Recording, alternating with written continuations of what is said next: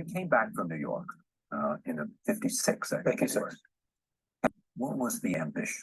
Well, it was kind of disgustingly. I had about $150,000 at that time, and I felt, if I earned 10% on, that'd be $50,000 a year. I was interested in reading and taking courses. I thought I might go to law school. I knew there were a whole bunch of subjects I wanted to read about, and then I sort of stumbled into this partnership a few months later because 7 members of the family said we want you to handle them. So I put the 7 together in a partnership that had $105,100 in it. You can guess who the $100 and Homer Dodge, who'd been a stockholder of Graham Newman, came out, saw me in Omaha, and he said Graham Newman was liquidating, and he said he'd asked Ben where to put his money, and Ben said maybe Warren would be a choice. So he joined me. For a fellow in Omaha that read the legal notice, actually, a friend of mine called me out. Stumble along. Yeah. All of a sudden, you have a partnership, right? And you're making money. And I couldn't sell Keo now, but the partnership did well. And part of the partnership was buying what looked like cheap stocks. Berkshire Hathaway looked like a cheap stock. Now you have a vehicle. Yeah. Well, I started out by thinking I was a textile expert, but what do these guys know about making textiles? They've only been doing it a few hundred years. I mean, the Egyptians, I think, figured out how to weave. Just turn me loose on the planet, see what happens. So anyway, what happened was right at that period, the textile business was good for a very short period of time. And so I was like a duck floating on a pond when it was raining. I was going up in the world, but I thought it was because I was flapping my wings, but it was raining. I mean, I found out, what do I know? Right. And then we went into other businesses. Yeah. And so all of a sudden, you went into other business? Pretty much. Yeah. But we had some cash around, and when Jack Ringwald decided to sell his insurance companies in early '67, we paid $8.7 million, I think. We had in Berkshire, we had, I don't know, maybe $4 or $5 million around, maybe borrowed a few million. But so that was your first entry into the insurance business. Why was the insurance business attractive? Well, it does control money. And if you've got writing, it gives you money to invest on my end. How much of your revenue comes from insurance? Well, a lot comes from insurance, and then we have a lot of money that's generated by insurance. Insurance, it gave us money to both invest in marketable securities and also money to buy businesses outright. And then in 1965, you have a chance to take over. Right. And we didn't get out of the textile business, but I decided that to the extent, Charlie, I'd have been better off if I'd done all the subsequent things without putting them in Berkshire originally. You just talk financially. Berkshire, the textile business was a drag for 20 of them in separate entity. Then why didn't you do that? I don't know. But it worked out fine. But I don't know. But everything worked out. But yeah. If you look back, looking back, it was a big fundamental wrong decision from a finance. I've gone on and done these other things. But tell me why you didn't. You got to stick with things. Is that? Yeah, I really do. I mean, it's just my personality. I mean, I'm driving their car after it was about $6 or $7 million. That probably is about right. Yeah, that's probably around right. Because in 1962, when I put all the partnerships together, it was about $1 million. What are you thinking? I mean, I'm just going to continue finding investments that I can make, and everything will turn out all right. In the '60s, I was running a partnership, so I thought I was going to keep running my partnership. Why did you think that? Well, the market in '60s. Oh, the stock market. The stock market in 2000. I mean, I was left behind, and I didn't want to do things I didn't understand and that didn't make sense to me. But I also didn't like sitting there while everybody else was. I think because this guy lost it. So I gave him all the money back, and I gave him the shares of Berkshire and got a lot of them myself as part of that. And then I just kind of got more involved in Berkshire. It became my penny. So you had a stake in Berkshire, right? And I actually bought more, but I just decided I'd put all my money in Berkshire and ride with it. And ride with Berkshire as a vehicle. As a kind of an extension, a corporate extension of me. Yeah. And are you out of 20 years? I even bought another textile company. I mean, this is, I'm going to confess. This is like a revival because I bought another textile company. I bought something called Wambeck Mills in Manchester, New Hampshire. Why did you do that? And only my psychiatrist knows. I thought I was going to solve something by doing it. I mean, I solved something. Well, I did it myself too. No management consultant told me to do it. So it was 1985. I'm 20 years later, before we got out of the textile business.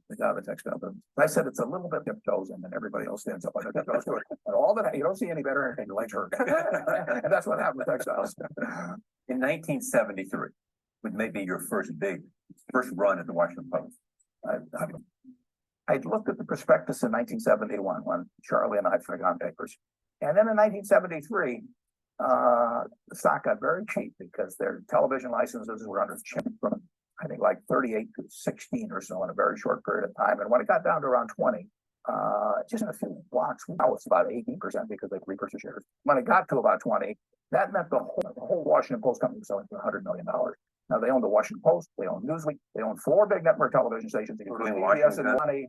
And if you take in those separate parts, you literally could have been out in the middle of the Atlantic Ocean, at midnight in a rowboat, and you could have sold them for $500 million. People have been swimming out in shark infested. I mean, you weren't going to get all of it, but here's what I don't understand. How come 95 people could see that? It was amazing. We were buying at big institutional investors, and they were bailing out of it.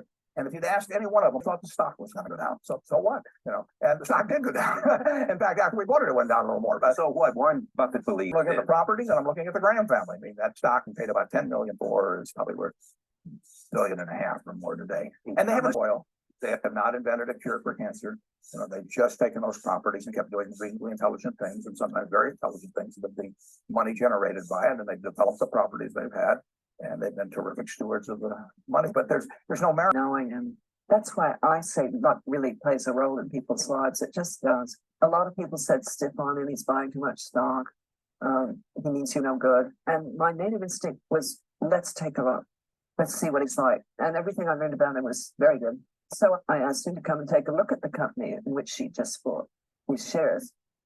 He had to write me, I just bought 5% of your company. I mean you no harm.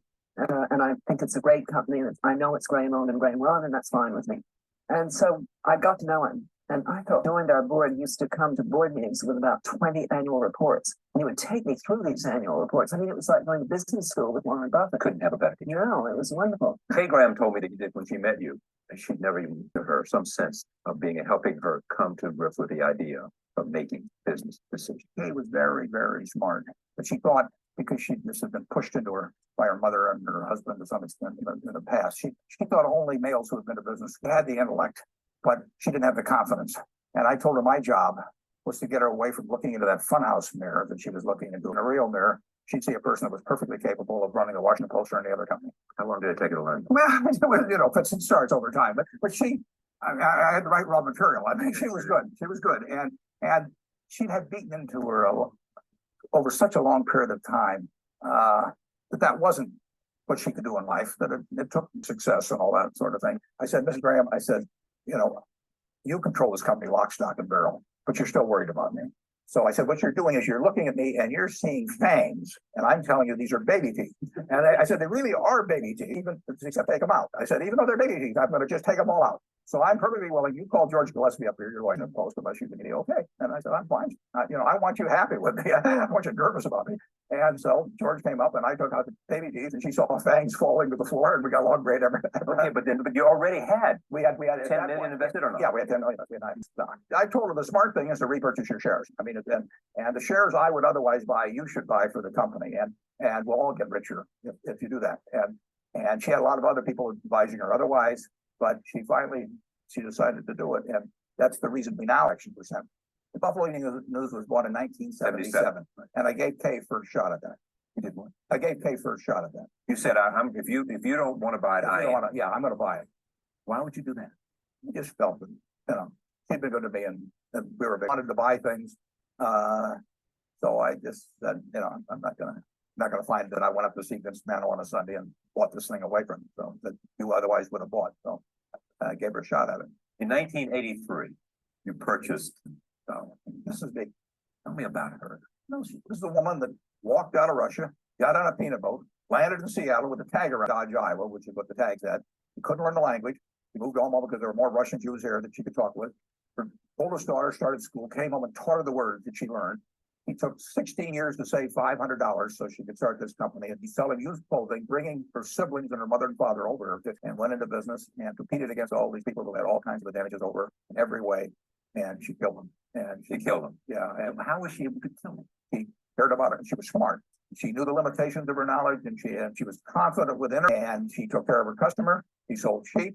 And it took her a long time, but she built the largest home furnishing store in the country in a town like Omaha with 700,000 people. So how did you come to buy it? I bought it when she was 89. She worked till 103. There was a period there where she left for a couple of years. If you went over to Mrs. B's house, as I did, and it's a very nice house, and you go in, and on her sofa, her lamps, her bed, there'd be little green tags hanging down because it made her feel like she was at the store. Earlier, she couldn't read or write. And I think every business school in the United States ought to study her. I mean, what would they learn? They would learn the essence of business. They would learn that taking care of your customer, is what it's all about, taking care of, and by that I mean giving them good deals, working like crazy. I mean, she was there day after day after day, and she had a passion for it. And the truth is, if you took the Fortune 500 CEOs and I gave you first seat, she'd win. No doubt. She'd win. Yeah. Michael Eisner was here, and I told him the story. He loved it. And Michael wanted to get the movie rights, and Michael could be very persuasive, but I referred to earlier, now at that time was probably close to 80 or so. And Francis is this tall and Michael's that tall. And when you're an 80-year-old saying their mother wants a piece of everything. I mean, that's great. So Mrs. B wanted to, whatever they would do, whatever she wanted a rights, piece of the action yeah, herself. yeah. Business school to her. You No, picked that up that's from, right. That's from exactly understanding right. value. Ownership was everything. She understood it. And she understood people awfully well. In 1988, you started buying Coca-Cola. How come?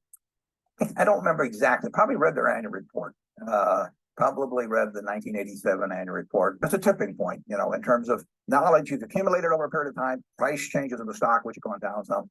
They were heavy repurchases of their own stock. Roberto and Don were doing a terrific job. Nothing bad was going to happen to Coca-Cola. So I started buying. Most of it in that period from the middle of 88 to early 89, but then a little further on. But we put overall about $1 billion. 1/10%. No. You have said, though, that during the bubble, It got overpriced. there were some Very things that you overpriced. might have sold, Sure. and would have been wise to. I definitely should have sold the stocks. I mean, stocks went crazy. And But you do not today look back and say, I should have sold Coca-Cola when the bubble was there, because I knew it was selling at a very fancy price, and I even wrote about it. And same way with Gillette, but I don't do that very often. I'm not saying I wouldn't ever do it. I mean, if we went into the wildest speculative orgy in history, and some of these things went against the grain. For one thing, wonderful businesses are not that common, and if you get a big position in a wonderful business, not a bad thing. what is the single best? ICO twice in my life, 3 times in my life has been a good investment. I mean, it was a good investment when I was really 20 years of age, and when my net worth was like $10,000, and that caused my net worth probably to double or something like that, and that was great at the time. In 1976, the company got in trouble, and we bought what turned out to be half of the company for like $40 million, and that was a good deal. So it's been a triple play. Help me understand this. You're sitting with more than $40 billion essentially in cash. Right. You could buy some big businesses, I would assume, for $40 billion. Right. But you don't see any at a price that you want to own. That's for one I'm envious of. So, I mean, it isn't like we missed them. I mean, it may turn out that I should have bought one of them, but I mean, there's none that I feel, gee, I wish I bought that last year. But I hope I buy one tomorrow. I look at General Motors. General Motors is selling for about $15 billion now. There's 500 million shares, 28 or 29, something like that. And the whole world, back when I was a kid. So and you could have it in a second. Well, I don't know about that, but I certainly can buy. I can buy plenty of. What don't you know about that? Well, I mean, a company would cost $15 billion. That's what I 100% stock. Yeah. So why couldn't you pay $15 billion and get General Well, Motors? they might. They're not like me doing it. Some other things. Oh, sure. But nevertheless, I could buy a lot of stock at a valuation $50 billion. And you think it's a good buy today? I think it's too tough to figure. Too tough to think. Yeah. Vehicles in the United States and 1/7 of all the vehicles in the world, it employs hundreds of thousands of people, but it's got some terrible obligations outside outstanding. Like Fiat, or that's for $2 billion. Right. But still $2 billion out the like door. that, yeah. But the big problem was that they really entered into contracts with the UAW that were based on the economics of markets. And I don't blame the UAW. I mean, it was a free will negotiation, but they signed up. I think they're paying like 2.5 people that don't work for every person that works or something like that. And that gets to be crushing if you're competing with people that don't have the same obligations. You've looked at this closely. Well, I look at all the things. When you read 8 hours a day, Yeah, you right. have a chance to cover a lot of. But General Motors, hand they're dealt. But General Motors is a huge annuity and health insurance company with a major auto company attached. And unfortunately, the huge annuity and health company has got a terrible bunch of contracts in it. It is worth some big minus number. And the question is whether the auto separate the two. And you can't figure it out? Well, I can figure it out. No, but you can't what? Well, in the end, I can't come to a conclusion that it's obvious that. Well, that's what I mean. You can't come to a conclusion. Right. Because you don't have all the facts? Or No, I got to know whether you can exist with the kind of obligations they've got in 25% of the market and very tough people like Toyota and all kinds of people coming out of who don't have those costs. They call them legacy costs. 40 billion, I'm sorry. There's a difference. There's a difference. Yeah. And you've gotten so big that you got to make a big play. Right. That's your problem. That's my problem. And I thought it was a problem when we were a lot smaller, and it wasn't, but it's a bigger problem now. So what And happened? if I'm lucky, it'll be an even bigger problem 5 years from now. And why? And you. So what? Tell me how the dilemma plays itself out for you. The odds are reasonably intelligent things to do with most of the money, but they won't be as intelligent as the things that we could find 30 or 40 years ago with much smaller amounts of money. Nowhere close to Is there a test? What test does it have to be? It has to be a business I understand. It has to be a company that I think has some kind of enduring competitive advantage. It has to be a management that price. Price is the least important, but it's still important. And you like to own all of it, I'd like to, but not but necessarily. not necessarily. It's very small. It's a small field. It's a small field when you get to have as much money as you have. It was a big field 30 or 40 years ago. When I bought the Washington Post stock in 1973 and 74, there were hundreds of companies that met the test. It was just a question of, deciding absolutely. And the one you like them. Yeah. The combination. Mhm. You don't have any single candidate right now. That's true. That's why you see these tears in my eyes. It is. I mean, how many events of It's Yeah, happened, you're- it's happened before. I mean, I closed up my partnership in '69 because I didn't feel there were any opportunities then in what I was doing, managing money. And there weren't. I mean, that's at least for me. And in the year, in 1999 and 2000, in the general stock market, there was certainly nothing attractive. And we found some businesses then, but it happens from time to time. I mean, I am not in a business here, but I may be in a business where you do something smart every 3 or 4 years. Yeah, but I mean, I read every day about one more big deal by a group of private equity guys in the paper today. Right. Yes, And they're using other people's money and they get an override and their calculus is not the same as my calculus. And right now, they just, it's money they get from somebody else that they get paid quite a bit of money on if they don't do anything. And then they get a percentage of the upside and they don't take the downside. I mean, that is a different calculus than Berkshire's. yeah, you have the upside and the downside. Upside and the downside, and I'm going to resell it. We're not going to take a big fee for doing it. No, so I don't have an exit strategy. And I'm not getting paid just to sit with a whole bunch of other people's money. It's my money. We sat down again with Warren on June 29, 2006 with him. We talk about the future of Berkshire Hathaway. Right. The last time we talked about the rise of Berkshire Hathaway, you were sitting, you didn't find anything that you were very interested in making investments. Since then, you've made some investments. Yeah, we've spent over 10 billion this year. And When was this? 5 billion business. Pacific Corp was 5 and a fraction billion. And we're finding a few things. The important thing is to find big things. Okay, for you. You have. But my question is, did anything change between, say, 2004 and 2006? I mean, because you don't look at the economy as much as you look at the business. I only look at the business. There's never been a business that would be better next year. There's never been one I bought because I thought the economy was going to do particularly well this year. I look at a business. We're going to hold it forever.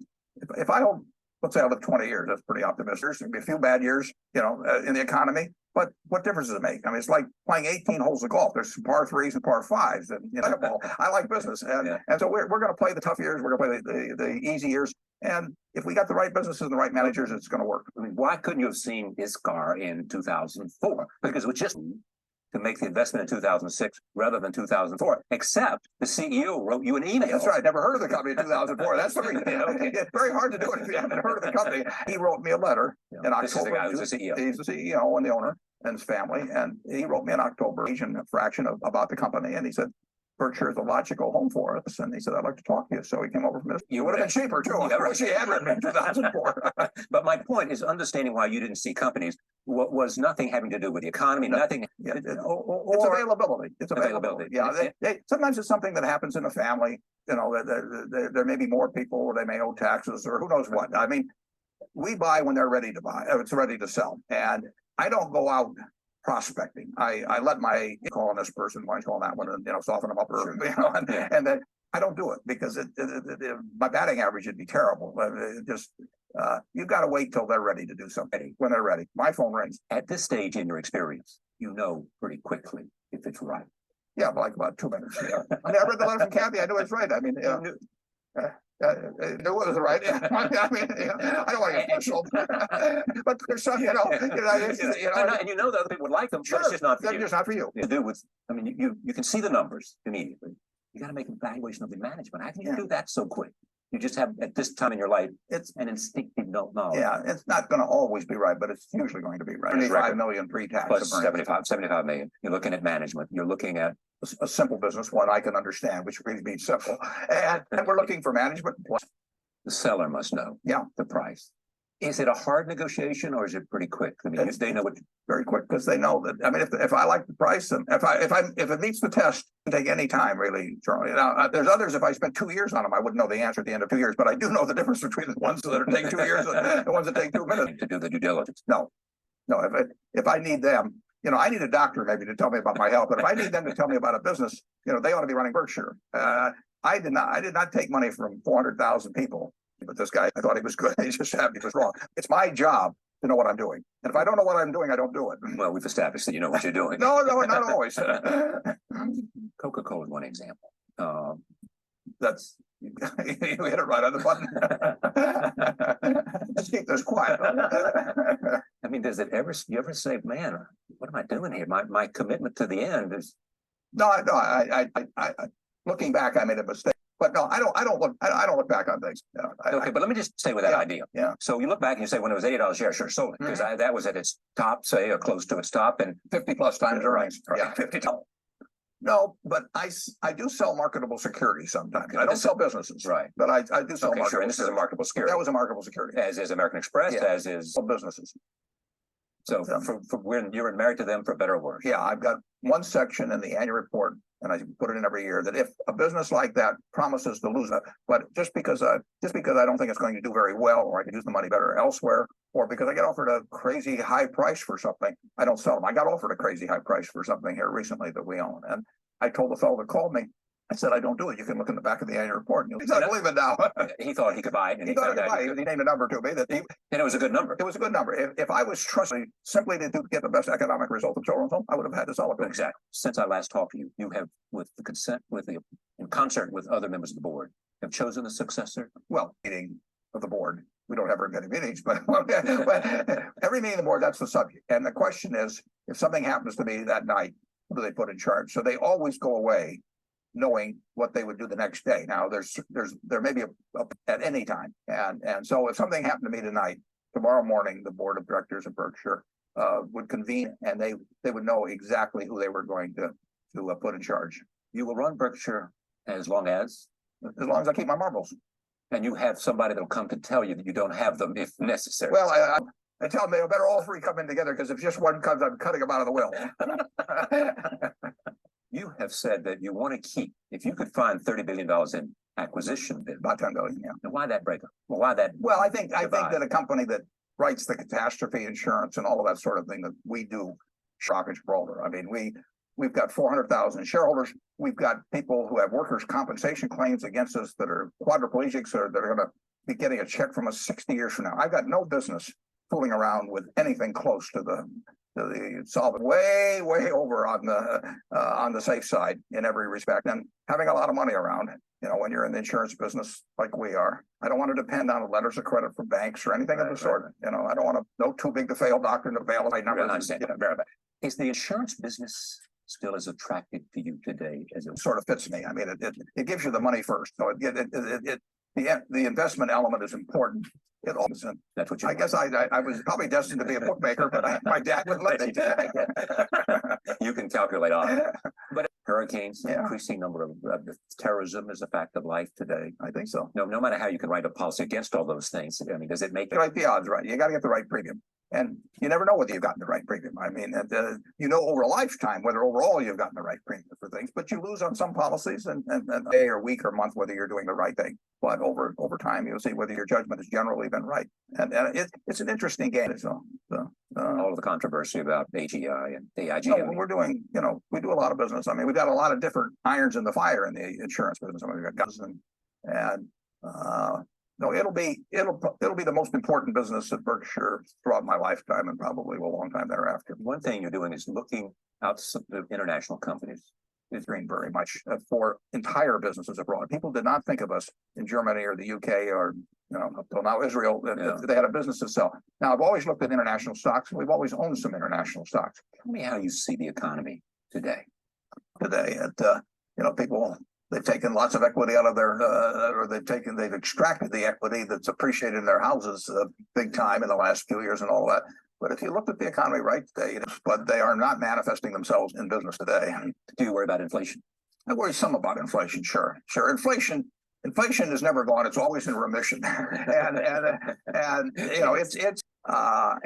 it's something that is man-made and governments can create, and it oftentimes seems preferable to some alternative that's in the here and now. So you have to worry about anytime. I'm no good on oil prices. I mean, we're using 84 million barrels a day or so in the world of oil, and if something disrupts 3 or 4 million barrels a day of supply, like something happening in Iran, perhaps, the marginal barrel will go capacity by far than we had 15 to 20 years ago.